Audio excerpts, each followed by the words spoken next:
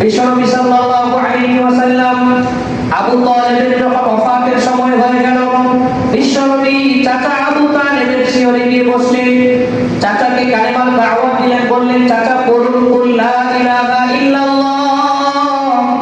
চাচা একবার শুধু পড়ুন কালেমা তয়্যিবা লা ইলাহা ইল্লাল্লাহ। আশফাউ লাকা ইনদাল্লাহ ইয়াউমাল কিয়ামাহ, আমি আপনার জন্য আল্লাহ তাআলার দরবারে সুপারিশ করব, আল্লাহ যেন আপনাকে maaf করে দেয়, এই ব্যাপারে আল্লাহ তাআলার দরবারে সুপারিশ করব। আপনি আমার সাথে জেলখানায় 3 বছর ছিলেন, আপনি জীবিত থাকার কারণে কাফের মুশরিকরা আমাকে একটা টাকাও দিতে পারে নাই। আল্লাহু আকবার। আপনি যদি আমার সামনে জাহান্নামে চলে যান, আমি ভাতিজা মুহাম্মদ এটা সহ্য করতে পারবো না। কাকা দুনিয়াতে একবার পড়েন লা ইলাহা ইল্লাল্লাহ, কারণ ঈমান ছাড়া তো জান্নাতে যাওয়া যাবে না। আপনি একবার শুধু কালেমাটা পড়েন, আমি আল্লাহর কাছে সুপারিশ করি, আপনার জান্নাতের ব্যবস্থা করে দেব।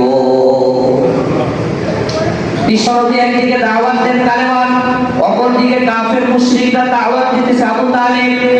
জিন্দেগি ভর বাপ দাদা ধর্মের উপরে থাকলেন, শেষ সময়ে দুনিয়া ছেড়ে চলে যাবে, এখন এতিম ভাতিজা মুহাম্মদের ধর্মে প্রবেশ করবে। তোমাকে মানুষ কি বলবে? তোমাকে তো সিসি বলবে মানুষ, যে শেষ বয়সে এসে আবু তালেব ভাতিজার ধর্মের মধ্যে দীক্ষিত হয়েছে, ভাতিজার ধর্মের মধ্যে প্রবেশ করেছে। মানুষ কি বলবে? আবু তালেব এমনটা কিন্তু কখনো করিও না। পরিশেষ আবু তালেব একদিকে নবীর দাওয়াত, আরেকদিকে কাফের মুশরিকদের দাওয়াত।